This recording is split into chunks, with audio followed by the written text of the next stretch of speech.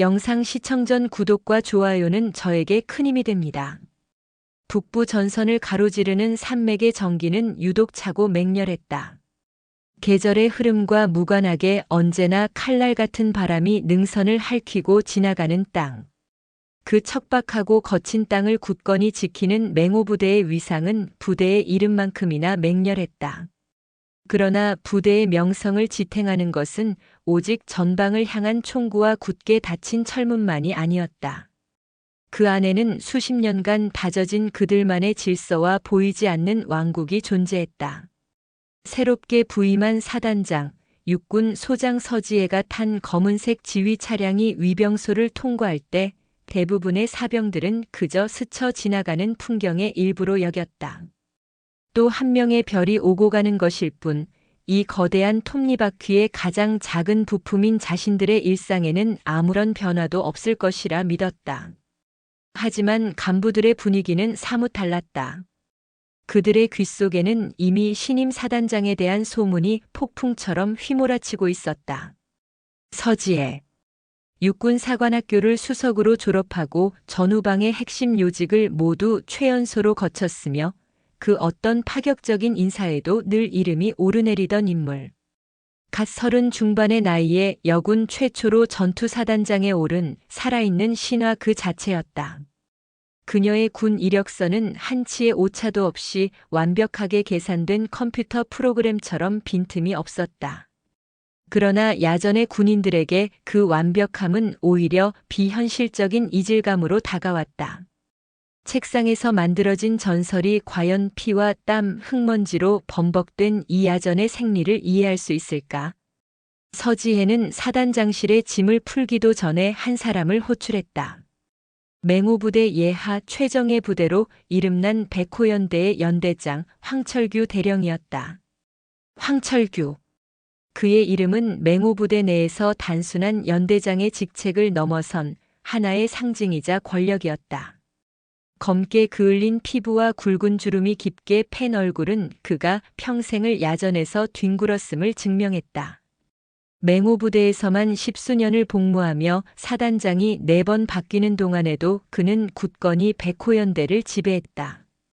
병사들은 그를 백호의 왕, 맹호부대에 살아있는 터주대감이라 불렀다. 그의 말 한마디는 때로 사단장의 명령보다 더 빠르고 강력하게 부대 전체에 영향을 미쳤다. 신임 사단장님, 부임을 축하드립니다.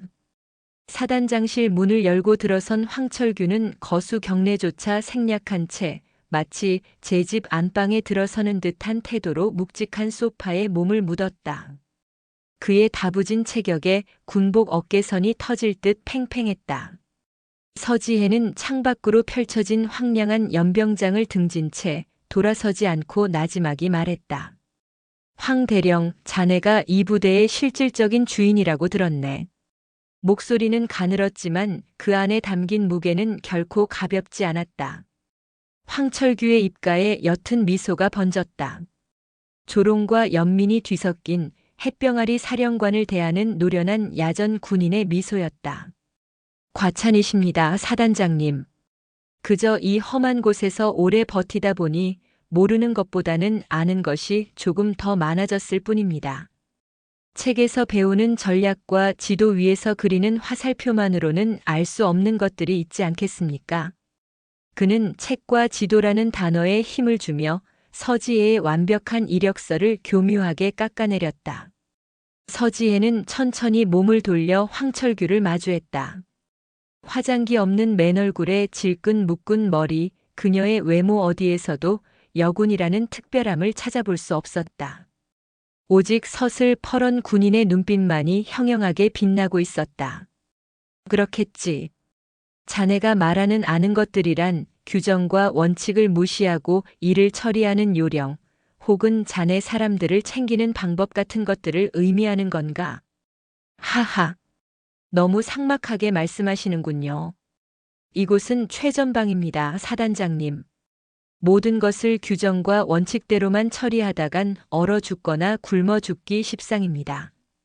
때로는 유연함이 소위 말하는 짬에서 나오는 지혜가 경직된 규정보다 수백 명의 병사들을 더 따뜻하게 먹이고 입힐 수 있습니다. 황철규의 논리는 확고했다.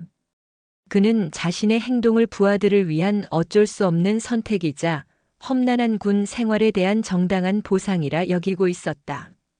그가 지난 십수년간 백호연대를 자신만의 왕국으로 만들며 축적한 부와 권력은 그에게는 지혜의 산물이었다. 순간 사단장실의 공기가 얼음장처럼 차갑게 가라앉았다. 서지혜는 황철규의 눈을 똑바로 응시하며 말했다. 별 달았다고 다 똑같은 별인 줄 아는가? 황철규의 얼굴에서 미소가 사라졌다. 그가 신임 사단장에게 던지려 했던 말을 그녀가 먼저 선수쳤다. 내 어깨에 달린 별은 자네가 말하는 그 짬 따위로 얻은 게 아니야. 국가와 군이 나에게 부여한 책임과 권한의 상징이지. 그리고 나는 그 책임과 권한을 다하기 위해 이곳에 왔다. 자네의 왕국을 구경하러 온 게 아니란 말이다. 서지혜는 책상으로 다가가 서류 한 장을 집어들었다.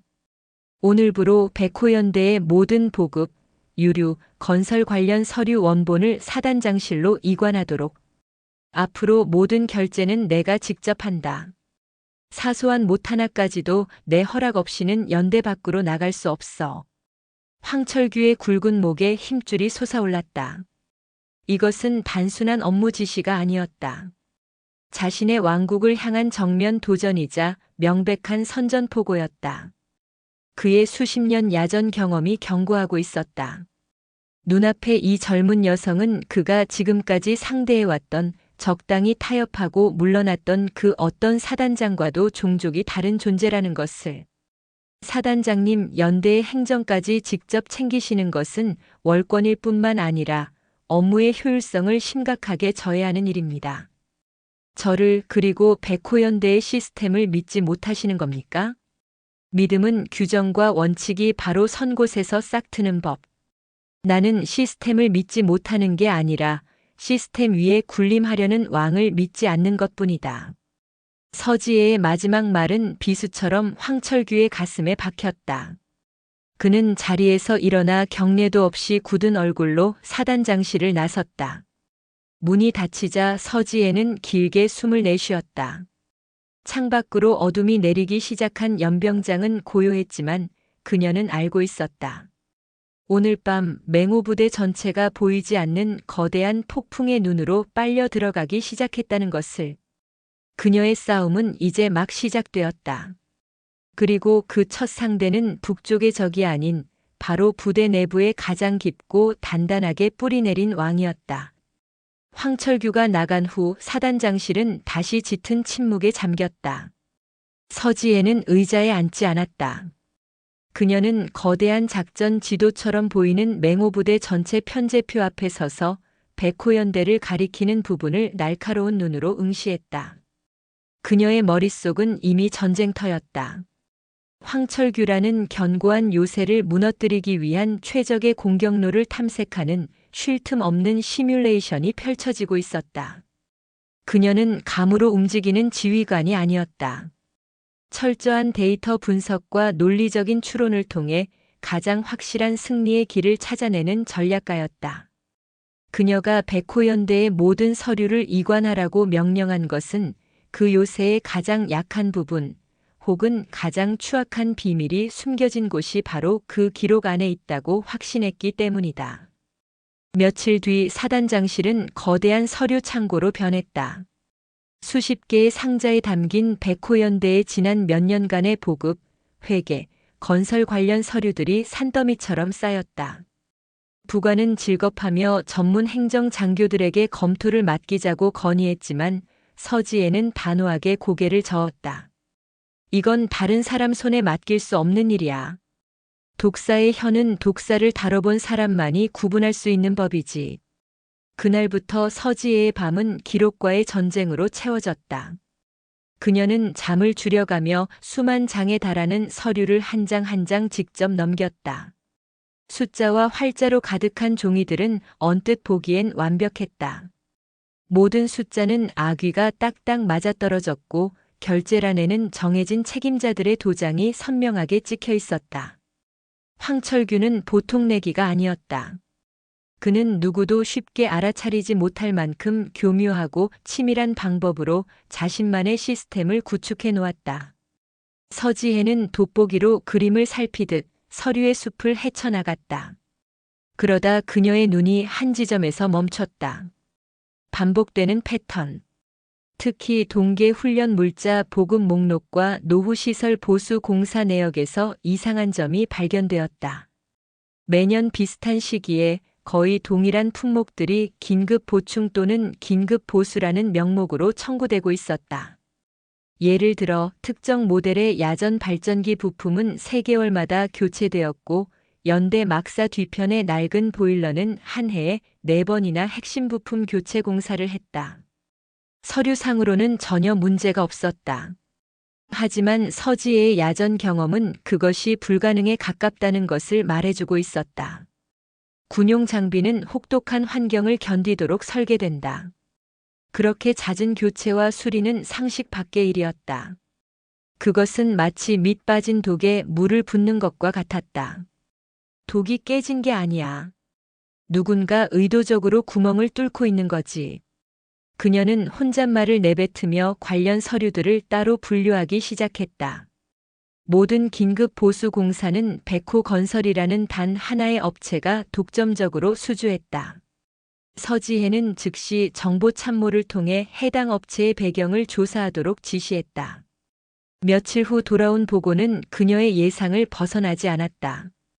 백호건설의 대표는 황철규의 아내와 먼 친척 관계였고 회사는 몇 년 전까지만 해도 존재하지 않던 유령에 가까운 업체였다. 빙산의 일각이 드러나는 순간이었다.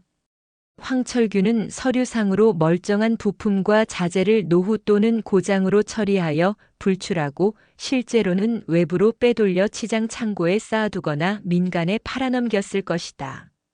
그리고 그 빈자리는 백호건설과의 허위 계약을 통해 서류로만 메꾸고 공사 대금은 고스란히 그의 주머니로 들어갔을 터였다. 하지만 이것만으로는 부족했다. 이것은 심증이자 정황 증거일 뿐 황철규라는 거대한 성을 무너뜨릴 결정적인 물증이 될 수는 없었다. 그를 법의 심판대에 세우기 위해서는 서류 뒤에 숨겨진 실체를 찾아내야만 했다. 그러기 위해서는 성 안으로 직접 들어가 그의 비밀을 목격하고 증언해줄 내부 조력자가 절실히 필요했다. 서지혜는 다시 인물 분석에 들어갔다. 그녀는 백호연대 소속 모든 간부들의 인사기록 카드를 밤새워 검토했다. 황철규의 측근들, 그에게 은혜를 입은 자들, 그의 힘에 굴복한 자들을 하나씩 지워나갔다. 그녀가 찾고 있는 인물은 황철규의 왕국 안에서 오랫동안 복무해 내부 사정에 밝으면서도 그의 부패에 물들지 않은 강직하고 소외된 존재여야 했다. 마침내 그녀의 손가락이 한 명의 이름 위에서 멈췄다. 박진수 원사. 백호연대 군수과에서만 10년 넘게 근무한 베테랑. 그의 인사 기록에는 칭찬과 훈장이 가득했지만 이상하게도 최근 몇 년간 진급 심사에서 계속 누락되고 있었다. 그리고 특이사항 란에 적힌 짧은 한 줄이 서지혜의 눈길을 사로잡았다. 수년 전 연대 유류관리 시스템의 비효율성에 대한 개선 방안 및 비리 가능성 보고서 제출. 상부에서 반려됨. 찾았다. 황철규라는 성을 무너뜨릴 수 있는 가장 작고 허술해 보이지만 가장 날카로운 칼날이 될 수 있는 사람. 그녀는 박진수 원사를 비밀리에 만날 계획을 세웠다. 만남은 누구의 눈에도 띄지 않아야 했다. 공식적인 호출이 아닌 철저히 비공식적인 접촉이어야만 했다. 그날 밤 서지혜는 부관에게 야간 부대 순찰을 돌겠다며 지휘 차량 대신 일반 지프에 올랐다. 차가 백호연대 관사구역의 후미진 곳에 멈춰 섰을 때 약속된 장소에는 이미 어둠 속에 잠긴 그림자 하나가 그녀를 기다리고 있었다. 꼿꼿한 자세와 다부진 어깨, 박진수 원사였다.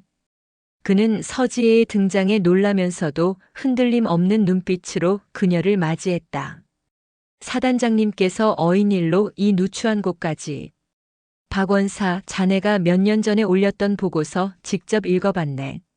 서지혜는 단도직입적으로 본론을 꺼냈다. 박진수의 눈이 순간 크게 흔들렸다. 잊고 있던, 아니 잊으려 애썼던 과거의 상처가 건드려진 탓이었다. 그 보고서는 재치기 어린 오해로 결론난 이미 폐기된 서류입니다. 내 눈에는 오해로 보이지 않더군. 오히려 진실을 향한 용기로 보였어. 하지만 그 용기가 어떻게 꺾였는지도 알 것 같군. 서지혜의 말에 박진수는 굳게 다물고 있던 입을 열었다. 그는 그 보고서를 제출한 이후 어떻게 동료들에게 따돌림당하고 진급에서 누락되었으며 결국에는 모든 것을 포기하고 침묵할 수밖에 없었는지에 대해 담담히 털어놓았다. 그의 목소리에는 깊은 좌절과 군에 대한 애증이 뒤섞여 있었다. 이야기를 모두 들은 서지혜는 오랫동안 침묵을 지켰다. 그리고는 결심한 듯 박진수의 눈을 똑바로 바라보며 말했다. 박원사, 나는 꺾인 자네의 용기를 다시 일으켜 세우고 싶네. 맹호부대를 그리고 우리가 몸담은 이 군대를 바로 세우기 위해 나와 함께 싸워주지 않겠나? 자네의 눈과 귀가 되어 저 거대한 성의 가장 깊은 곳에 숨겨진 비밀을 파헤쳐주게. 이번에는 내가 자네의 방패가 되어주겠네. 차가운 밤 공기 속 서지혜의 제안은 뜨거운 불씨처럼 박진수의 가슴 속으로 날아들었다. 오랫동안 꺼져 있던 정의감과 군인으로서의 자부심이 다시 타오르기 시작했다. 그는 잠시 망설였지만 서지혜의 흔들림 없는 눈빛 속에서 이전의 지휘관들에게서는 결코 볼 수 없었던 진정성과 결의를 보았다. 그는 마침내 굳은 결심과 함께 고개를 끄덕였다. 그의 손에 맹호부대의 운명을 가를 숨겨진 열쇠가 쥐어지는 순간이었다. 박진수라는 내부의 눈을 얻은 서지혜의 반격은 치밀하고 신속하게 진행되었다. 그녀는 황철규에게 더 이상 생각할 틈을 주지 않고 그의 숨통을 단번에 조일 결정적인 한 방을 준비했다. 그것은 바로 백호연대 전체 장비와 물자에 대한 전면적인 전투 준비 태세 점검이었다. 며칠 후 새벽 맹호부대 전체에 비상경보가 울려 퍼졌다. 서지혜는 모든 지휘관을 소집한 긴급회의에서 인근적 부대의 특이 동향이 포착되어 전 부대의 전투준비 태세를 최고 수준으로 격상하고 특히 화력과 기동력의 핵심인 백호연대는 보유한 모든 장비와 물자를 연병장에 도열시켜 즉각 가동 가능한 상태인지 점검받으라는 명령을 하달했다. 명분은 완벽했다. 누구도 이의를 제기할 수 없는 사단장 고유의 지휘권 행사이자 군인 본연의 임무였다. 하지만 황철규는 그 명령의 진짜 의도를 간파하고 온몸의 피가 차갑게 식는 것을 느꼈다. 모든 장비와 물자를 연병장 밖으로 꺼내 점검한다. 그것은 곧 자신이 서류상으로만 존재하게 만들어 놓은 유령 장비들과 빼돌린 물자들이 만천하에 공개되는 것을 의미했다. 사단장님, 갑작스러운 전면 점검은 병사들의 피로도를 가중시키고 부대 운용에 혼란을 초래할 수 있습니다. 단계적인 점검을 건의합니다. 황철규는 어떻게든 시간을 벌기 위해 필사적으로 저항했다. 그러나 서지혜는 단호했다. 전쟁은 예고하고 찾아오지 않아, 황 대령. 자네 연대가 우리 맹호부대의 최정예 부대라면 언제 어떤 상황에서도 즉각 전투에 임할 수 있는 능력을 증명해 보여야 할 것 아닌가? 아니면 뭔가 증명할 수 없는 것이라도 있는 건가? 서지혜의 마지막 질문은 뼈가 있었다. 회의에 참석한 다른 지휘관들의 시선이 황철규에게 쏠렸다. 그는 더 이상 반박하지 못하고 굳은 얼굴로 자리로 돌아갔다. 그날 아침 백호연대의 연병장은 거대한 군수 창고를 방불케 했다. 수십 대의 전차와 장갑차, 트럭들이 줄지어 도열했고 발전기와 통신 장비 각종 보급품 상자들이 산더미처럼 쌓였다. 서지혜는 사단 직할대 소속의 정비 및 보급 전문가들로 구성된 특별 점검팀을 이끌고 직접 현장에 나타났다. 그리고 점검팀의 한가운데에는 평범한 군수과 행정보급관의 얼굴을 한 박진수 원사가 조용히 서 있었다. 점검은 서지혜의 지휘 아래 일사불란하게 진행되었다. 그녀는 가장 먼저 박진수로부터 미리 정보를 입수한 야전 발전기 섹터로 향했다. 5번 발전기 즉시 시동 걸어보도록. 정비병이 발전기 시동을 걸었지만 몇 번의 요란한 소음만 났을 뿐 이내 잠잠해졌다. 서지혜는 옆에 있던 점검팀장에게 지시했다. 엔진 덮개 열고 내부 부품 확인해. 서류상으로는 지난달에 최신형 고출력 엔진으로 교체한 것으로 되어 있으니 부품 번호 대조해보고. 점검팀장이 엔진을 확인하는 동안 황철규의 얼굴은 하얗게 질려갔다. 잠시 후 점검팀장이 경악에 찬 목소리로 보고했다. 사단장님, 엔진이 서류와 다릅니다. 이건 10년도 더 된 구형 엔진입니다. 게다가 핵심 부품 몇 개는 아예 빠져 있습니다. 그 순간 연병장의 모든 소음이 멎는 듯 했다. 모든 병사들과 간부들의 시선이 황철규와 서지혜에게 집중되었다. 황철규는 당황한 기색을 감추려 애쓰며 소리쳤다. 무슨 소리야? 정비과에서 뭔가 착오가 있었겠지. 당장 책임자 불러와. 하지만 서지혜는 그의 말을 가로막았다. 그녀는 황철규에게 차갑게 말했다. 책임자는 바로 자네야, 황 대령. 이 모든 장비의 최종 관리 책임자는 연대장인 자네니까. 착오가 아니라 의도적인 기만과 사취 행위겠지. 서지혜의 공격은 거기서 멈추지 않았다. 그녀는 박진수가 건넨 또 다른 자료를 바탕으로 유류고로 향했다. 서류상으로는 가득 차 있어야 할 경유 드럼통 몇 개를 무작위로 지정해 무게를 측정하게 했다. 결과는 처참했다. 몇몇 드럼통은 절반도 채워져 있지 않았고 심지어 일부에서는 물이 나왔다. 유류를 빼돌리고 그 무게만큼 물을 채워 넣는 고전적인 수법이었다. 모든 것이 명백해졌다. 황철규가 지난 수십 년간 쌓아올린 탐욕의 성이 서지혜의 예리한 칼날 앞에 속수무책으로 무너져 내리고 있었다. 병사들은 수군거리기 시작했다. 자신들이 그토록 믿고 따랐던 백호의 왕의 추악한 민낯에 대한 실망과 배신감이 연병장 전체에 퍼져나갔다. 서지혜는 연병장의 도열한 모든 병력 앞에서 떨리는 목소리로 마지막 명령을 내렸다. 황철규 대령을 현 시간부로 백호연대장 직무에서 배제한다. 즉시 지휘권을 부연대장에게 이양하고 본부 대기 조치하라. 연대 전체에 대한 감찰부의 정식 조사를 실시하겠다. 왕이 몰락하는 순간이었다. 수십 년간 백호연대 위에 군림했던 절대 권력자의 발톱과 이빨이 모든 부하들이 지켜보는 앞에서 완전히 뽑혀나갔다.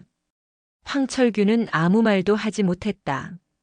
그는 그저 잿빛이 된 얼굴로 자신을 싸늘하게 내려다보는 젊은 사단장의 눈을 망연히 바라볼 뿐이었다. 그의 눈에는 분노도 원망도 아닌 자신이 쌓아 올린 모든 것이 한순간에 무너져 내리는 것을 목격한 자의 깊은 허무함이 어려 있었다. 서지혜는 돌아섰다. 그녀의 싸움은 아직 끝나지 않았다. 황철규 개인을 무너뜨리는 것을 넘어 그가 남긴 부패의 뿌리를 완전히 도려내고 무너진 군의 기강과 신뢰를 다시 세워야 하는 더 큰 과제가 남아 있었다.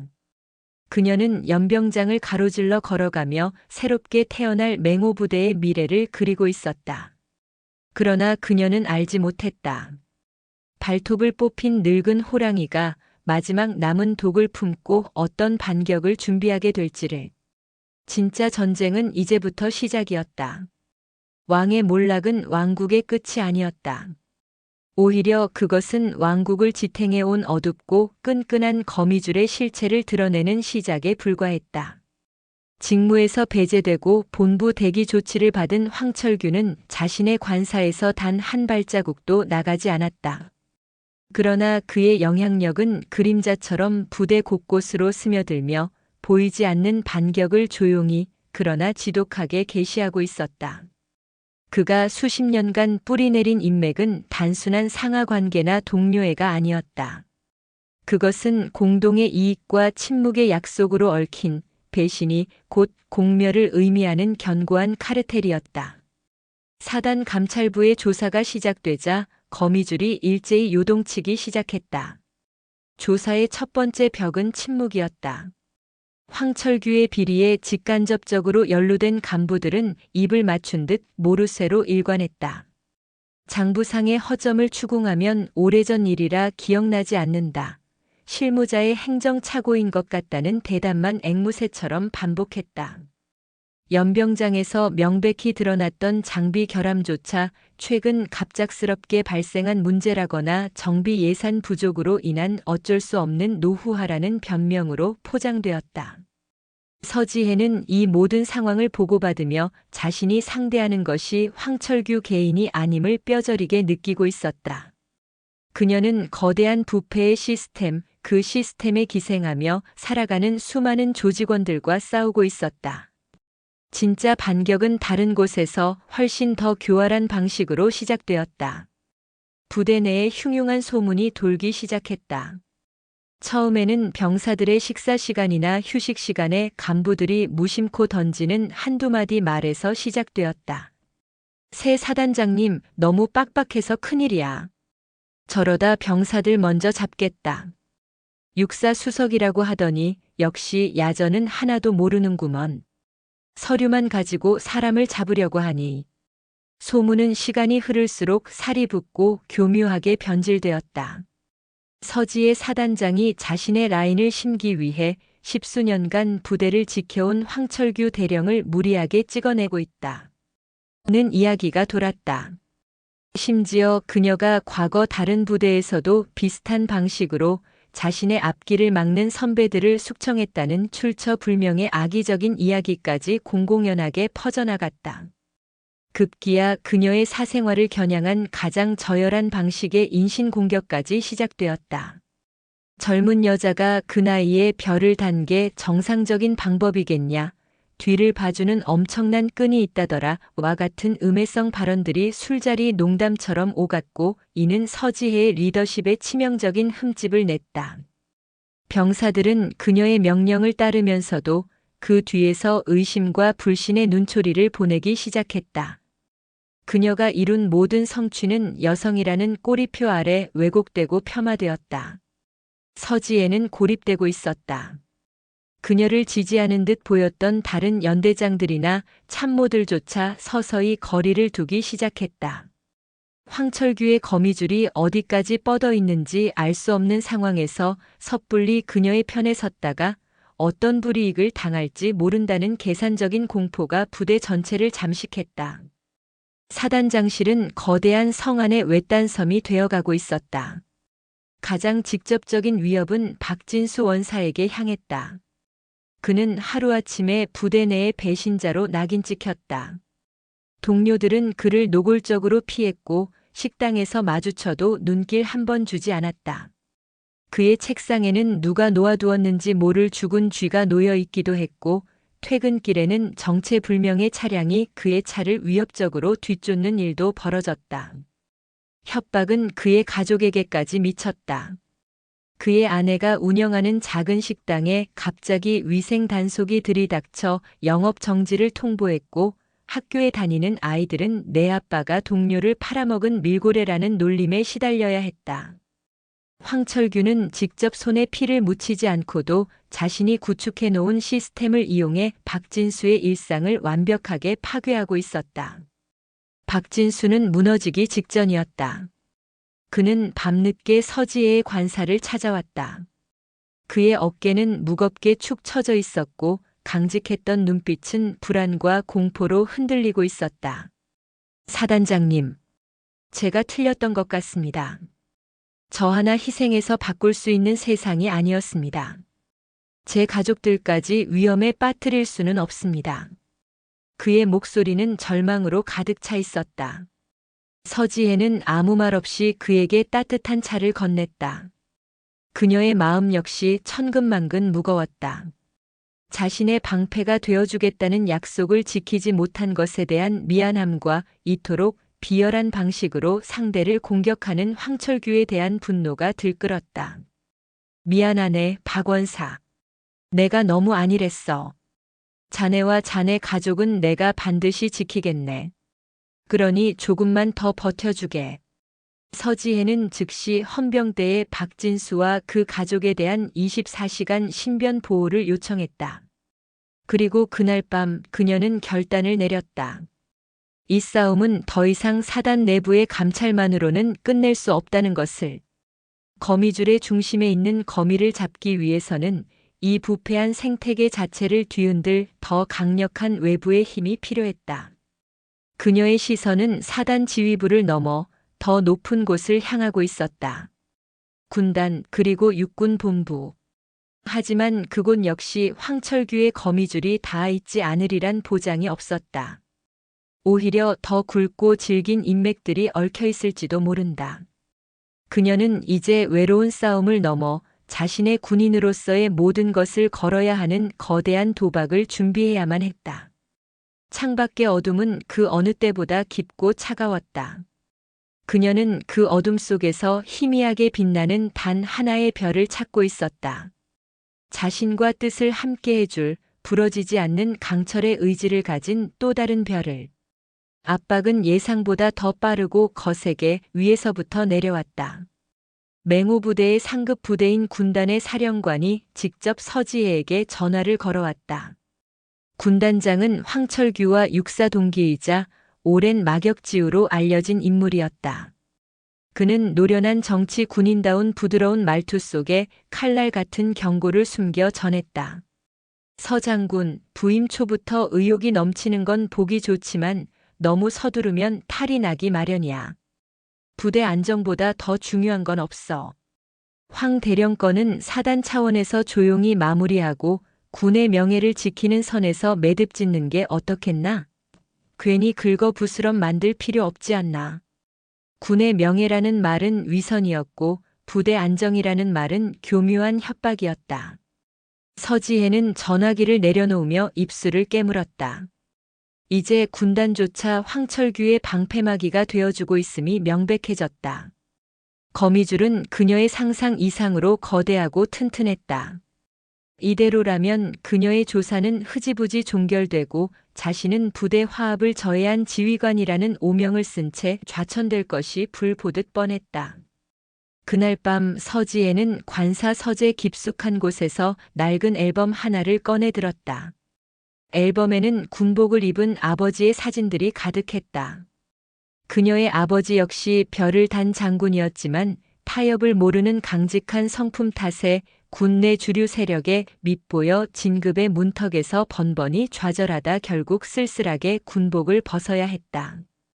아버지는 그녀에게 늘 말했다. 군인은 정치를 하는 사람이 아니다. 오직 국가와 국민에게 충성하고 자신의 신념을 지키는 사람이다. 그 신념을 잃는 순간 군복은 그냥 옷 조각에 불과하다. 아버지의 얼굴 위로 황철규의 비웃음과 군단장의 능구렁이 같은 목소리가 겹쳐졌다. 서지혜는 앨범을 덮고 자리에서 일어났다. 그녀의 눈빛은 더 이상 흔들리지 않았다. 아버지처럼 물러서지 않을 것이다. 이 싸움은 단순히 부패한 군인 한 명을 처벌하는 것을 넘어 아버지가 지키고자 했던 그리고 자신이 지켜야 할 군인의 명예와 신념을 위한 싸움이었다. 그녀는 마지막 카드를 꺼내 들기로 결심했다. 지휘 계통을 무시하고 육군 본부 감찰실에 직접 이 사건을 보고하는 것. 이는 군 조직의 생리를 정면으로 거스르는 명백한 하극상이자 자신의 군 경력을 송두리째 내거는 위험천만한 도박이었다. 실패한다면 그녀는 두 번 다시 군복을 입을 수 없을 터였다. 그녀의 머릿속에 단 한 사람의 이름이 떠올랐다. 육군 감찰실장 이강혁 준장. 얼음 장군이라 불릴 만큼 냉철하고 원칙주의자로 소문난 인물이었다. 그는 과거 아버지의 가장 가까운 부하였고 아버지의 불명예스러운 전역을 누구보다 안타까워했던 사람이었다. 서지혜는 그가 아버지와의 의리를 저버리지 않을 것이라는, 그리고 사적인 감정을 넘어 군의 정의를 바로 세우고자 하는 자신의 진정성을 알아봐 줄 것이라는 희미한 희망에 모든 것을 걸기로 했다. 문제는 어떻게 이강혁 준장에게 안전하게 증거를 전달하느냐였다. 황철규의 눈과 귀가 부대 곳곳에 깔려 있었다. 그녀의 모든 통화는 도청될 위험이 있었고 공식적인 문서 발송은 군단에서 차단될 것이 뻔했다. 서지혜는 박진수 원사와 자신의 부관인 강지훈 대위, 단 2명만을 은밀히 호출했다. 강 대위는 육사 시절부터 서지혜를 존경하고 따르던 그녀가 유일하게 믿는 젊은 장교였다. 지금부터 내가 하는 말은 절대적인 보안을 유지해야 한다. 우리의 목숨뿐만 아니라 군의 미래가 걸린 일이다. 서지혜는 자신의 계획을 털어놓았다. 황철규의 비리를 입증하는 핵심 증거 자료들을 USB에 담아 자신이 직접 휴가를 나가는 형식으로 위장하여 서울에 있는 육군 본부로 전달하는 작전이었다. 작전의 성공을 위해서는 완벽한 기만 전술이 필요했다. 며칠 후 서지혜는 공식적으로 나흘간의 지휘관 정기 휴가를 신청했다. 이 소식이 전해지자 황철규와 그 일파들은 안도의 한숨을 내쉬었다. 그들은 서지혜가 군단의 압박에 굴복하여 잠시 머리를 식히러 가는 것이라 판단했다. 그들의 감시망이 느슨해진 틈을 타 작전은 시작되었다. 휴가 당일 새벽 서지혜는 사복 차림으로 지휘 차량이 아닌 평범한 승용차에 올랐다. 강지훈 대위가 운전대를 잡았다. 하지만 진짜 증거를 담은 USB는 그녀에게 없었다. 그 같은 시각 박진수 원사는 자신의 낡은 트럭 짐칸에 군용 폐자재를 가득 싣고 부대 후문을 통과하고 있었다. 위병소 근무자는 고물 처리하러 가시는 겁니까? 라며 무심코 그를 통과시켰다. 박진수의 작업복 주머니 깊숙한 곳, 기름때 묻은 손수건에 쌓인 작은 USB가 바로 진짜였다. 두 사람은 부대를 빠져나와 수십 킬로미터 떨어진 한적한 국도의 휴게소에서 접선했다. 박진수는 태연하게 트럭에서 내려 자판기 커피를 뽑아 마시는 척하며 강지훈 대위에게 USB를 건넸다. 이 모든 과정은 단 몇 초 만에 이루어졌다. 다시 서울로 향하는 차 안 서지혜는 차창 밖으로 스쳐 지나가는 풍경을 보며 만감이 교차했다. 이제 돌이킬 수 없는 강을 건넜다. 그녀는 자신의 운명을 그리고 맹호부대의 운명을 이강혁이라는 단 한 사람의 손에 맡겨야 했다. 육군 본부에 도착한 그녀는 외부 민원인 자격으로 이강혁 준장과의 면담을 신청했다. 1시간이 넘는 기다림 끝에 그녀는 마침내 굳게 닫힌 감찰실장실의 문을 열고 들어섰다. 얼음처럼 차가운 표정의 이강혁 준장이 그녀를 맞았다. 서지혜 소장. 지휘 계통을 무시하고 민원인으로 위장해서 나를 찾아온 이유가 뭐지? 그의 목소리는 서늘했다. 서지혜는 흔들리지 않고 그의 눈을 마주하며 준비해온 USB를 책상 위에 올려놓았다. 장군님, 제 아버지의 딸이 아닌 대한민국 육군 장교 서지혜로서 말씀드립니다. 이 안에는 군의 뿌리를 썩게 만드는 거대한 암덩어리의 증거가 담겨 있습니다. 하지만 저는 지금 사방이 적으로 둘러싸여 있습니다. 이 암 덩어리를 도려낼 수 있는 마지막 메스는 장군님 손에 쥐어져 있습니다. 그녀의 목소리는 떨리지 않았다. 강철 같은 의지와 얼음 같은 결단이 담겨 있었다. 이강혁 준장은 말없이 USB와 서지혜의 얼굴을 번갈아 바라보았다. 그의 무표정한 얼굴 뒤로 수만 가지 생각이 스쳐 지나가고 있었다. 그의 결정에 한 젊은 장군의 운명과 군의 미래가 걸려 있었다. 감찰실장실의 무거운 침묵 속에서 거대한 폭풍의 두 번째 막이 오르고 있었다. 이강혁 준장은 그 자리에서 아무런 약속도 하지 않았다. 그는 서지혜를 돌려보내며 검토해보겠다는 원론적인 말만 남겼다. 맹호부대로 복귀하는 차 안에서 서지혜는 초조함을 감출 수 없었다. 만약 이강혁이 자신의 요청을 묵살한다면 그녀의 군 생활은 그걸로 끝이었다. 그녀는 최악의 상황까지 각오하고 있었다. 하지만 이강혁은 얼음 장군이라 불리기 이전에 서지혜의 아버지가 그토록 아꼈던 진짜 군인이었다. 그는 그날 밤 감찰실의 극소수 정예 요원들과 함께 서지혜가 넘긴 자료를 밤새워 분석했다. 자료에 담긴 황철규의 비리는 그의 예상을 훨씬 뛰어넘는 수준이었다. 그것은 단순한 개인의 일탈이 아니라 군 지휘 체계의 허점을 교묘하게 파고들어 수십 년간 이어져 온 조직적인 범죄였다. 이틀 뒤 맹호부대의 새벽은 그 어느 때보다 소란스럽게 밝아왔다. 동이트기도 전인 이른 시각 육군 본부 감찰실이라는 표식이 선명한 낯선 차량 여러 대가 먼지를 일으키며 위병소를 통과했다. 잠에서 덜 깬 위병들은 어리둥절한 표정으로 그들을 막아섰지만 차량에서 내린 한 장교가 감찰실장 직인이 찍힌 공문과 자신들의 신분증을 제시하자 굳은 얼굴로 길을 열어줄 수밖에 없었다. 육군 본부 감찰실 직속 특별조사팀의 기습적인 등장이었다. 이 소식은 순식간에 부대 전체로 퍼져나갔고 거대한 폭탄이 떨어진 듯한 충격과 혼란을 몰고 왔다. 사단 감찰부는 모든 조사 권한을 특조팀에 인계해야 했고 군단 사령부는 본부의 직접적인 움직임에 어떠한 제지도 할 수 없었다. 황철규의 거미줄이 필사적으로 막아 세우려 했던 거대한 파도가 마침내 모든 방어벽을 부수고 맹호부대를 덮친 것이다. 서지혜조차 예상하지 못했던 신속하고 전격적인 움직임이었다. 특조팀을 이끌고 온 책임자는 이강혁 준장의 오른팔로 알려진 베테랑 수사관 한성진 중령이었다. 그는 사단장실을 찾은 자리에서 서지혜에게 거수 경례를 붙이며 짧게 말했다. 사단장님, 감찰실장님의 명령입니다. 부대 내 부패 세력을 뿌리 뽑는 데 필요한 모든 지원을 아끼지 말라고 하셨습니다. 지금부터 이 수사는 저희가 책임지겠습니다. 특조팀의 움직임은 한치의 오차도 없는 군사작전처럼 진행되었다. 한 팀은 백호연대 행정실과 군수과 사무실을 급습해 모든 서류 원본과 컴퓨터 하드디스크를 확보했다. 다른 한 팀은 황철규와 관련된 백호건설 사무실과 그의 자택을 동시에 압수수색했다. 황철규의 방패막이가 되어주던 군단조차 손쓸 틈 없는 속도였다. 분위기가 반전되자 침묵하던 내부 고발자들이 하나둘씩 입을 열기 시작했다.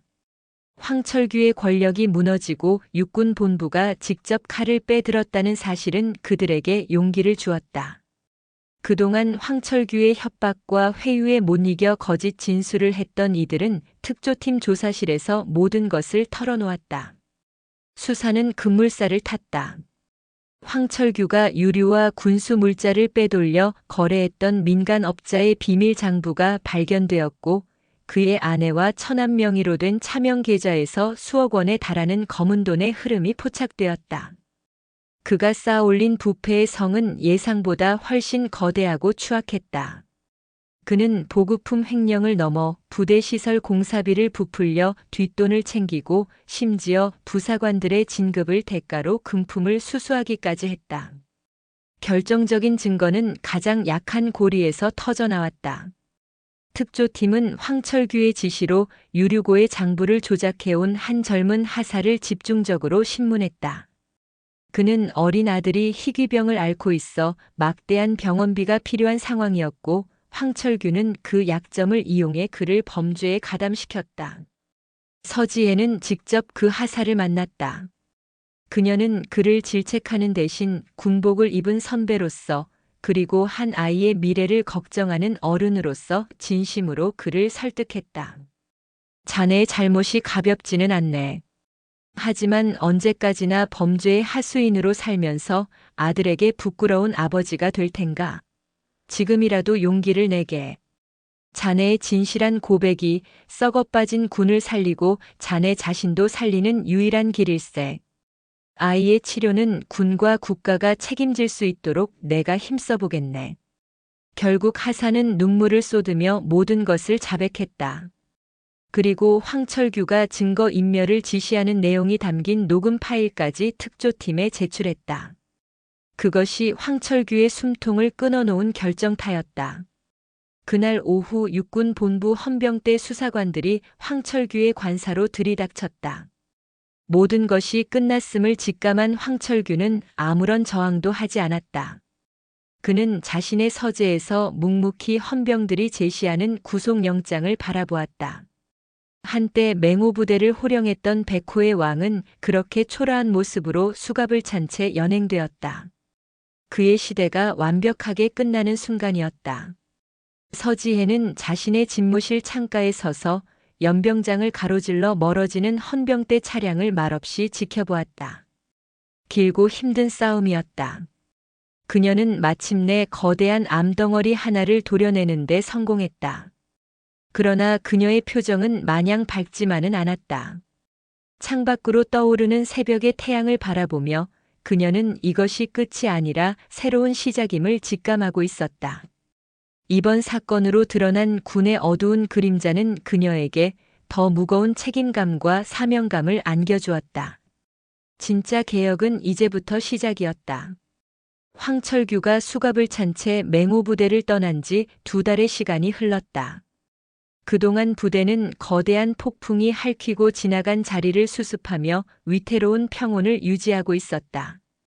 그러나 그 평온 아래에서는 보이지 않는 동요와 불안, 그리고 기대감이 뒤섞인 복잡한 감정의 소용돌이가 휘몰아치고 있었다. 마침내 군사법원의 재판 날짜가 공표되자 부대는 다시 한번 술렁이기 시작했다. 한 시대의 종말을 고하는, 그리고 새로운 시대의 시작을 알리는 심판의 날이었다. 재판이 열리는 군사법정은 부대에서 1시간가량 떨어진 군단 본부에 위치해 있었다. 법정 안은 서늘한 긴장감으로 가득했다. 피고인석에 앉은 황철규의 모습은 2달 전과는 사뭇 달랐다. 한때 군복 어깨선을 터뜨릴 듯 당당했던 그의 어깨는 눈에 띄게 축 처져 있었고 검게 그을렸던 야전 군인의 얼굴은 창백하게 변해 있었다. 그러나 그의 눈빛만은 여전히 죽지 않은 불씨처럼 이글거리고 있었다. 그것은 회한이나 반성의 빛이 아닌 마지막까지 자신의 몰락을 인정하지 못하는 오기와 분노의 빛이었다. 재판의 핵심 증인으로 서지혜가 증인석에 섰을 때 법정 안의 모든 시선이 그녀에게로 향했다. 그녀는 조금의 흐트러짐도 없는 자세로 무감정한 표정으로 피고인석의 황철규를 마주했다. 두 사람의 시선이 허공에서 부딪혔다. 한때는 같은 부대에서 사단장과 연대장으로 마주했던 두 사람이었지만 지금은 심판하는 자와 심판받는 자라는 결코 건널 수 없는 강을 사이에 두고 서 있었다. 검사의 신문은 날카롭고 집요했다. 황철규가 저지른 수십 가지의 횡령, 직권 남용, 금품 수수 혐의가 하나씩 거론될 때마다 그의 변호인은 그것이 최전방 부대의 특수성을 고려한 관행이었거나 부하들을 챙기기 위한 선이었다고 강변했다. 황철규 역시 모든 혐의에 대해 굳게 입을 다물거나 기억나지 않는다는 말로 일관했다. 분위기가 바뀐 것은 다음 증인으로 박진수 원사가 들어서면서부터였다. 그는 이전에 불안하고 위축되었던 모습이 아니었다. 헌병대의 보호 아래 가족의 안전을 보장받은 그의 눈빛에는 다시 강직함이 서려 있었다. 그는 증인석에 서서 지난 10수년간 백호연대 군수과에서 자신이 직접 목격하고 경험했던 황철규의 비리들을 막힘없이 그리고 구체적으로 증언하기 시작했다. 피고인은 유류고의 경유를 정기적으로 빼돌려 민간 업자에게 팔아넘겼습니다. 그리고 부족부는 장부를 조작하거나 드럼통에 물을 채워 넣는 방식으로 은폐했습니다. 그로 인해 유사시 우리 부대의 기동 장비들은 절반도 제대로 움직일 수 없는 상태였습니다. 박진수의 증언은 법정에 앉아있던 군 관계자들에게 큰 충격을 주었다. 그것은 단순한 비리를 넘어 국가 안보에 심각한 위협을 초래할 수 있는 명백한 이적 행위에 가까웠기 때문이었다. 황철규의 변호인은 박진수를 개인적인 감정으로 상관을 모함하는 배신자로 몰아붙이려 했지만 그의 증언은 너무나 구체적이고 일관성이 있었다. 재판의 하이라이트는 유류고 담당이었던 젊은 하사가 증인으로 섰을 때였다. 그는 떨리는 목소리로 황철규가 자신의 아픈 아이를 빌미로 어떻게 자신을 협박하고 범죄에 가담시켰는지를 눈물로 호소했다. 저는 제 아들을 살리고 싶었습니다. 그래서는 안 되는 일인 줄 알면서도 황 대령님의 지시를 거역할 수 없었습니다. 죄송합니다. 정말 죄송합니다. 젊은 군인의 오열은 법정 전체를 숙연하게 만들었다. 그의 눈물은 황철규의 범죄가 단순히 군의 재산을 훔친 것을 넘어 한 인간의 영혼을 어떻게 파괴했는지를 보여주는 가장 강력한 증거였다. 그 순간 처음으로 황철규의 무표정한 얼굴에 균열이 가기 시작했다. 그는 차마 고개를 들지 못하고 굳은 표정으로 바닥만 내려다보았다. 모든 증인 신문이 끝나고 검사의 최종 논고가 이어졌다. 피고인 황철규는 군에 대한 국민의 신뢰를 배신하고 전우의 피와 땀이 스며 있는 군수 물자를 자신의 사리사욕을 채우는 데 사용했습니다. 이는 단순한 비리가 아니라 국가 안보의 근간을 흔드는 중대한 범죄입니다. 피고인을 법이 허용하는 최고형에 처하여 다시는 이 땅의 군인들이 자신의 군복을 욕되게 하는 일이 없도록 엄중히 심판해 주시기 바랍니다. 마침내 재판장의 선고가 내려졌다. 피고인 황철규. 본 법정은 피고인의 군수품 횡령, 직권 남용, 뇌물수수 등 대부분의 혐의를 유죄로 인정한다. 피고인은 군인으로서의 본분을 망각하고 자신의 지위를 이용해 막대한 이득을 취했으며 이는 어떠한 이유로도 용납될 수 없다. 이에 피고인에게 징역 15년과 불명예 전역을 선고한다. 징역 15년. 그 단어가 법정 안에 메아리 치는 순간 황철규는 와르르 무너져 내렸다. 그의 눈에서 처음으로 뜨거운 눈물이 흘러내렸다. 그것은 후회의 눈물이라기보다는 자신이 평생을 바쳐 쌓아 올렸던 모든 것이 한낱 신기루처럼 사라져버린 것에 대한 처절한 절망의 눈물이었다. 한때 백호의 왕으로 불렸던 그의 시대는 그렇게 차가운 법정의 선고 한마디로 완벽한 종말을 고했다. 서지혜는 재판정을 나오며 깊고 긴 숨을 내쉬었다. 한 명의 부패한 군인은 심판받았다. 하지만 그녀의 마음은 무겁기만 했다. 법의 심판은 끝났지만 이번 사건으로 인해 맹호부대 전체에 깊게 팬 불신과 상처의 골을 메우고 무너진 신뢰를 회복해야 하는 더 어려운 과제가 그녀를 기다리고 있었다. 그녀는 차에 오르며 부대로 돌아가는 길 내내 앞으로 자신이 걸어가야 할 길에 대해 생각했다.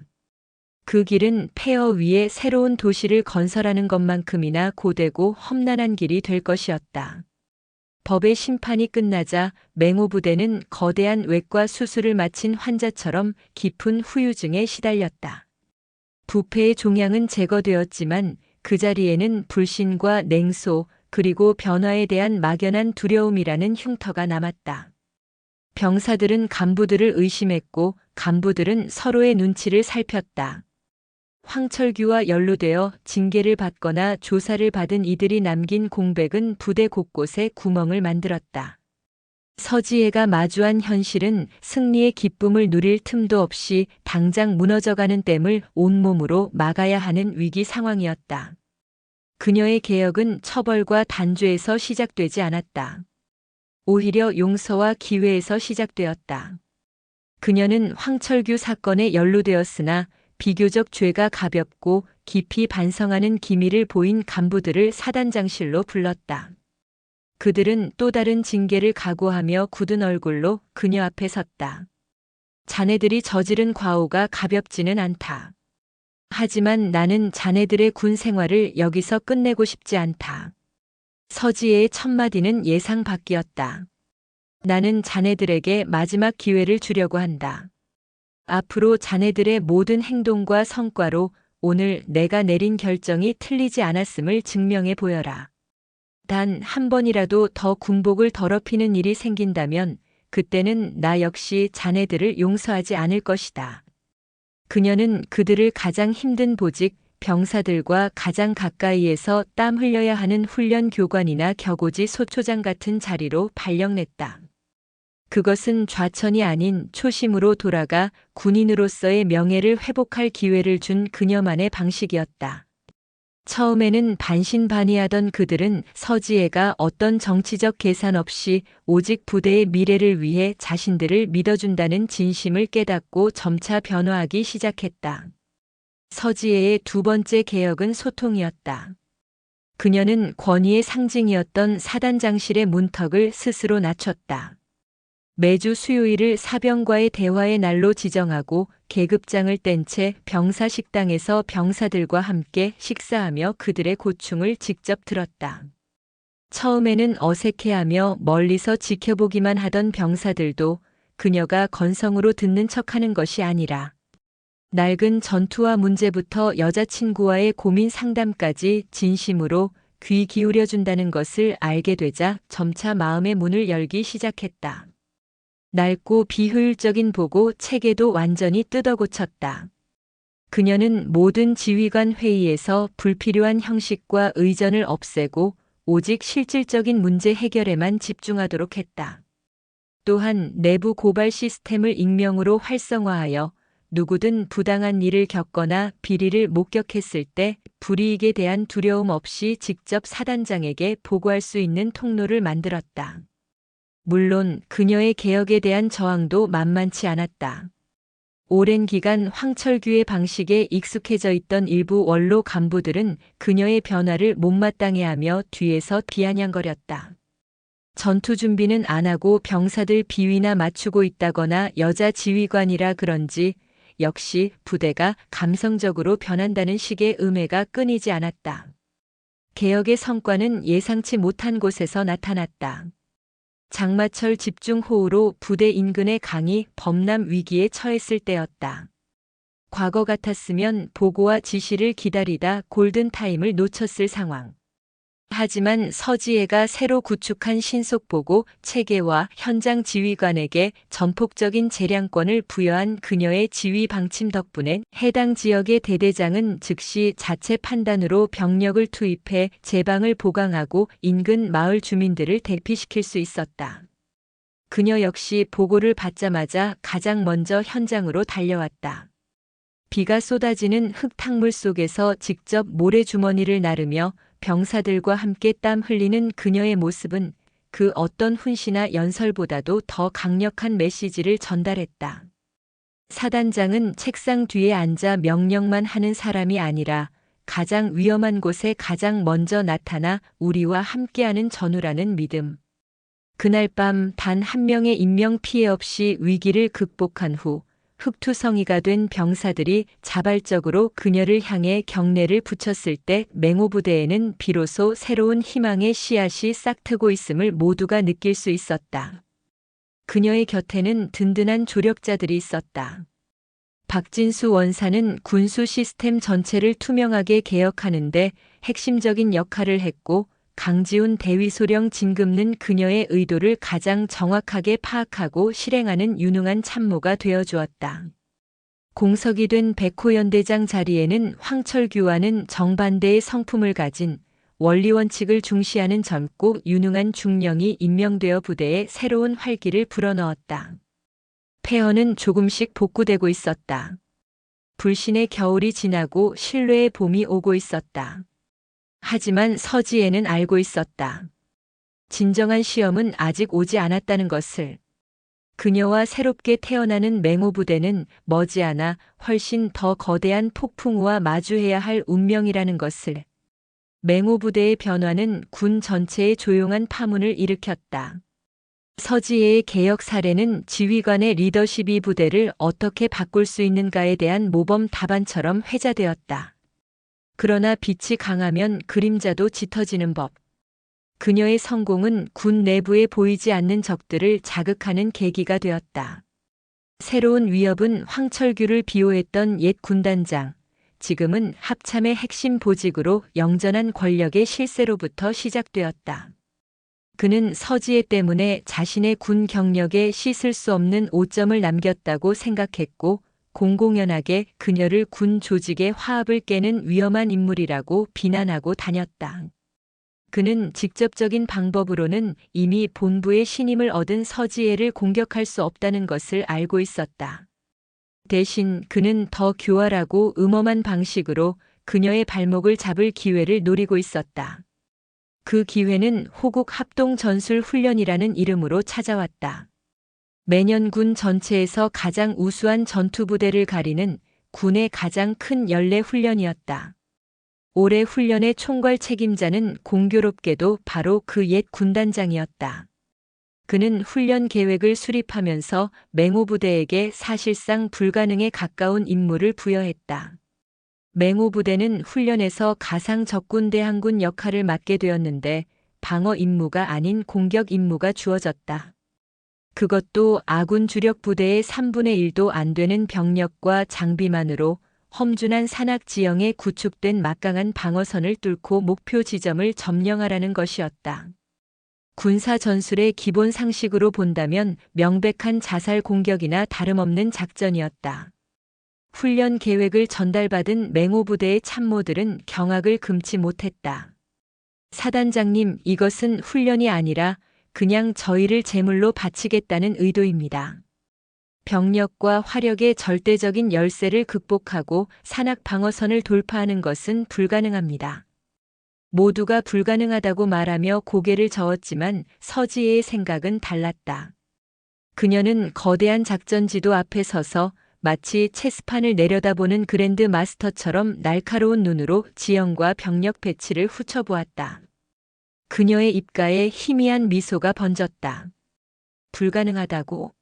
아니, 오히려 이것이야말로 우리가 새롭게 태어난 맹호부대의 진가를 증명할 절호의 기회야.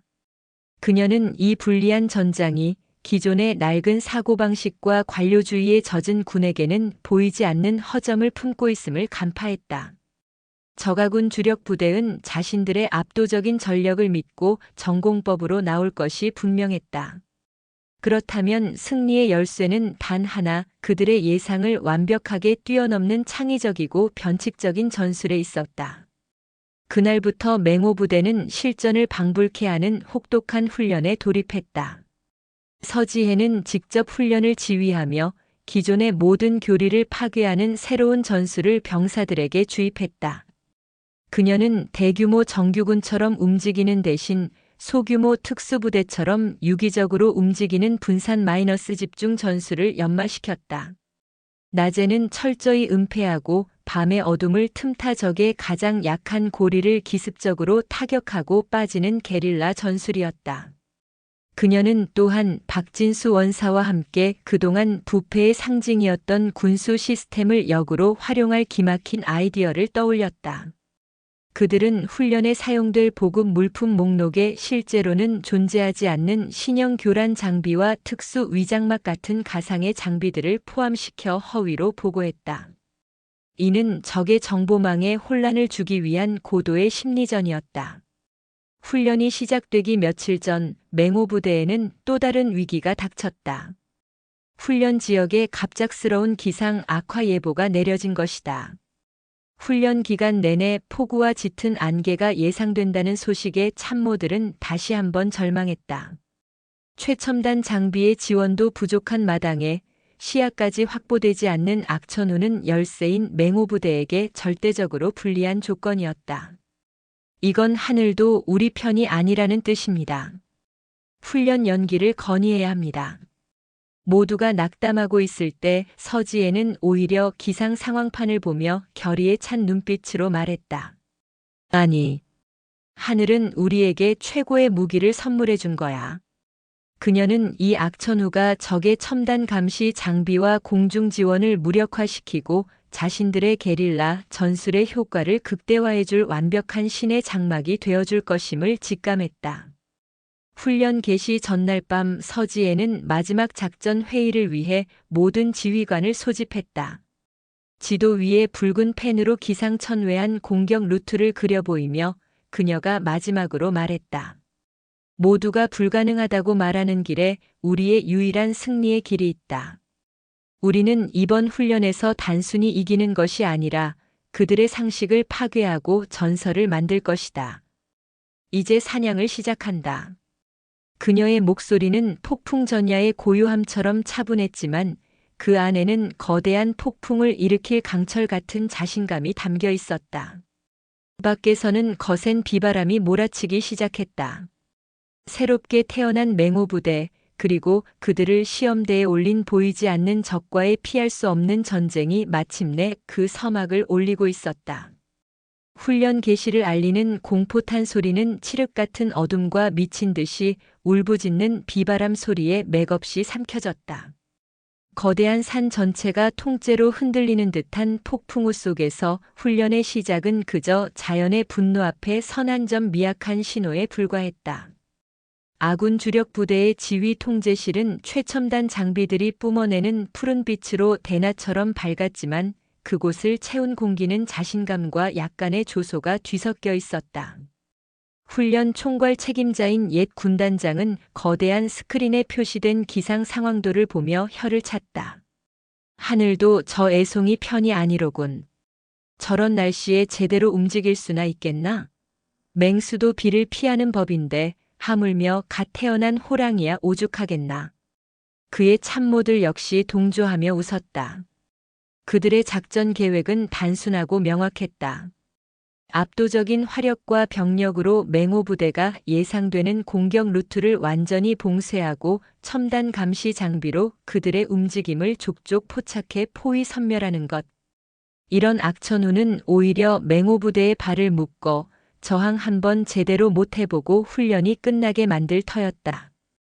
그들은 서지혜가 겪게 될 굴욕적인 패배를 미리 상상하며 샴페인을 터뜨릴 준비를 하고 있었다. 하지만 그 시각 그들의 상식으로는 도저히 상상할 수 없는 일이 폭풍우가 몰아치는 산속 깊은 곳에서 벌어지고 있었다. 맹호 부대원들은 비를 피하지 않았다. 오히려 그들은 폭풍우를 갑옷처럼 두르고 짙은 안개를 망토처럼 휘날리며 어둠 속으로 스며들고 있었다. 그들은 더 이상 정규군이 아니었다. 산의 정령이 되고 바람의 일부가 되어 소리 없이 움직이는 유령 부대였다. 서지혜는 최전방의 작은 동굴 지휘소에서 무전기를 통해 짧고 간결한 명령을 하달했다. 작전명 여우사냥 개시. 모든 그림자는 지정된 위치로 이동하여 거미줄을 끊어라. 그림자라 불리는 맹호 부대의 소규모 특임대들이 일제히 움직였다. 그들은 적의 주력 부대가 구축한 방어선의 정면이 아닌 지도에도 제대로 나와 있지 않은 험준한 계곡과 절벽을 타고 우회했다. 한 병사가 발을 헛디뎌 굴러떨어질 뻔한 아찔한 순간도 있었지만 옆에 있던 전우가 말없이 손을 잡아 끌어올렸다. 그들의 눈빛에는 공포가 아닌 서로를 향한 굳건한 신뢰와 자신들의 지휘관에 대한 절대적인 믿음이 서려 있었다. 몇 시간 뒤 아군 주력 부대의 지휘 통제실에 첫 번째 혼란의 보고가 들어왔다. 3번 통신 중계소가 파괴되었습니다. 원인 불명. 5초 소와의 유선 통신이 두절. 폭우로 인한 단순 고장으로 추정됩니다. 보고는 꼬리를 물고 이어졌다. 부대 곳곳의 통신망이 마치 전염병처럼 마비되기 시작했다. 처음에는 기상 악화 탓으로 돌렸던 지휘부는 동시다발적으로 너무나 많은 곳에서 문제가 발생하자 무언가 잘못되었음을 직감했다. 그들이 자랑하던 첨단 감시 드론과 열상 감지 장비는 폭우와 안개 속에 완벽한 무용지물이 되어 있었다. 그들은 순식간에 눈과 귀가 먼 거인이 되어버렸다. 혼란은 여기서 그치지 않았다. 갑자기 그들의 레이더망에 정체불명의 신호 수십 개가 잡혔다가 사라지기를 반복했다. 마치 대규모 병력이 동시다발적으로 침투하는 듯한 기만 신호였다. 이것이 바로 서지혜가 허위로 보고했던 신형 교란 장비가 만들어낸 심리전의 결과물이었다. 통제실은 아비규환에 빠졌다. 적의 규모와 위치조차 파악하지 못한 채 우왕좌왕하며 예비 병력을 엉뚱한 곳으로 출동시키는 실수를 연발했다. 옛 군단장은 새파랗게 질린 얼굴로 스크린을 노려보며 소리쳤다. 도대체 무슨 일이 벌어지고 있는 거야? 적은 어디에 있나? 그가 찾던 적의 핵심 서지혜와 강지훈 소령이 이끄는 최정예 직속 부대는 바로 그의 심장부를 향해 가장 은밀하고 대담한 경로로 접근하고 있었다. 그들의 목표는 적의 방어선이 아니었다. 처음부터 끝까지 단 하나. 모든 명령이 시작되는 지휘 통제실 그 자체였다. 그들이 선택한 루트는 악마의 능선이라 불리는 폭포수가 흐르는 수직에 가까운 절벽이었다. 훈련 계획 수립 시 아군 지휘부는 이곳을 인간이 통과할 수 없는 자연 방벽으로 간주하고 단 한 명의 경계 병력도 배치하지 않았다. 상식이었다. 그러나 서지혜는 그 상식의 허점을 파고들었다. 모두가 불가능하다고 말하는 길에 우리의 유일한 생명의 길이 있다. 그녀는 밧줄 하나의 의지에 쏟아지는 폭포수를 온몸으로 맞으며 직접 선두에서 절벽을 올랐다. 차가운 물줄기가 살을 애는 듯 했지만 그녀의 눈빛은 용광로처럼 뜨거웠다. 그녀의 뒤를 따르는 부대원들 역시 단 한 명의 낙오자도 없이 한 몸처럼 움직이며 칠흑 같은 어둠과 깎아지른 절벽을 극복해냈다. 마침내 동이틀 무렵 폭풍우가 거짓말처럼 잦아들기 시작했다. 밤새 이어진 혼란에 지쳐 잠시 안개 낀 평온이 찾아온 아군 지휘 통제실. 바로 그 순간 통제실의 모든 출입문이 동시에 폭파음과 함께 날아갔다. 섬광탄이 터지고 진흙과 나뭇잎으로 위장한 유령들이 사방에서 쏟아져 들어왔다.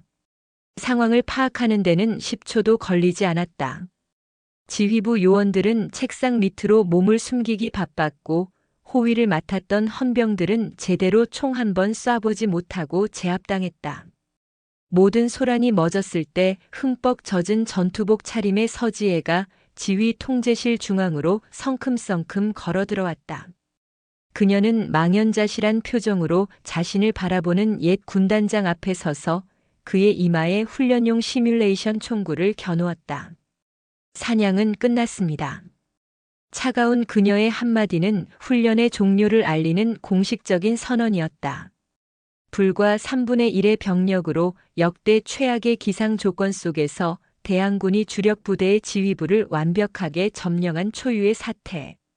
그것은 기적이 아니라 철저하게 계산된 전술과 지휘관에 대한 절대적인 신뢰, 그리고 불가능에 도전한 강철 같은 의지가 만들어낸 완벽한 승리였다. 훈련 상황을 지켜보던 합참본부는 충격과 경악에 빠졌고 이 믿을 수 없는 결과는 군 전체에 거대한 태풍이 되어 몰아쳤다. 그로부터 2년의 세월이 흘렀다. 악마의 능선 전투는 육군 전술 교리에 새로운 장을 추가한 전설적인 전투로 기록되었다. 서지혜는 그 공로를 인정받아 중장으로 진급하며 합참작전본부장이라는 군의 핵심 요직에 임명되었다. 그녀는 대한민국군 역사상 최초의 여성 작전본부장이 되었다. 그녀가 맹호부대를 떠나는 이임식 날 하늘은 눈이 시리도록 푸르렀다. 연병장에 도열한 수천 명의 장병들은 더 이상 그녀를 의심과 불신의 눈으로 보지 않았다. 그들의 눈에는 존경과 신뢰 그리고 차마 말로 다 표현할 수 없는 뜨거운 감정이 담겨 있었다. 새로운 맹호부대 사단장에게 부대기를 인계하고 돌아서는 서지혜를 향해 누군가 먼저 목이 터져라 외쳤다. 사단장님께 대하여 경례. 그것은 약속된 구호가 아니었다. 한 병사의 마음에서 터져나온 진심의 외침이었고 그 외침은 순식간에 연병장 전체로 퍼져나갔다. 수천 명의 장병들이 일제히 거수 경례를 붙였다. 그들의 함성과 눈빛 속에서 서지혜는 자신이 이곳에서 보낸 시간들이 결코 헛되지 않았음을 느꼈다. 그녀는 말없이 그들의 경례를 받으며 눈시울이 뜨거워지는 것을 애써 참았다. 한편 국군 교도소의 한 작업장에서 한 수감자가 묵묵히 돌을 깨고 있었다. 한때 백호의 왕이라 불렸던 황철규였다. 그는 징역 15년이라는 형기를 하루하루 속죄하듯 보내고 있었다. 어느 날 휴게실 TV에서 맹호 부대가 대통령 부대 표창을 받는다는 뉴스가 흘러나왔다. 화면 속에는 자신이 그토록 경멸하고 무시했던 서지혜가 이제는 중장이 되어 대통령과 악수하는 모습, 그리고 그 뒤로 늠름하게 서 있는 박진수 원사와 소령 계급장을 단 강지훈의 모습이 비쳤다. 황철규는 씁쓸한 미소를 지었다. 그의 마음속에 더 이상 분노나 증오는 남아있지 않았다. 대신 자신이 지키지 못하고 오히려 더럽혔던 군인의 명예를 저들은 저렇게 지켜내고 빛내고 있다는 사실에 대한 복잡한 감정이 차올랐다. 그는 어쩌면 자신도 저들처럼 될 수 있었을 것이라는 뒤늦은 후회의 눈물을 조용히 삼켰다. 계급장도 명예도 부도 모두 잃었지만 그는 역설적이게도 이 차가운 감옥 안에서 비로소 군인의 길이 무엇인지를 희미하게나마 깨닫고 있었다. 그 같은 시각 합참의 높은 빌딩, 작전 본부장실 창가에 선 서지혜는 서울의 야경을 내려다보고 있었다. 그녀의 싸움은 황철규 한 명을 심판하는 것으로 끝나지 않았다. 그녀는 맹호 부대를 바꾸었고 군 전체에 거대한 질문을 던졌다. 그녀가 뿌린 변화의 씨앗은 이제 막 대한민국 국군이라는 거대한 숲 전체로 퍼져나가기 시작했다. 진정한 군인의 명예는 어깨 위에 달린 별의 개수에 있는 것이 아니라 어떤 상황에서도 흔들리지 않는 가슴속 신념으로 완성된다는 것을 그녀는 자신의 삶으로 증명해냈다. 그녀의 싸움은 아직 끝나지 않았다. 더 높은 곳에서 더 거대한 책임과 함께 그녀는 또 다른 전장을 마주할 것이다. 하지만 그녀는 두렵지 않았다. 그녀의 가슴 속에는 언제나 처음 군복을 입었던 그날의 뜨거운 맹세가 별처럼 빛나고 있었기 때문이다. 폭풍우가 몰아치던 그날 밤 불가능에 도전했던 맹호 부대의 함성이 그녀의 귓가에 영원한 승전가처럼 울려 퍼지고 있었다.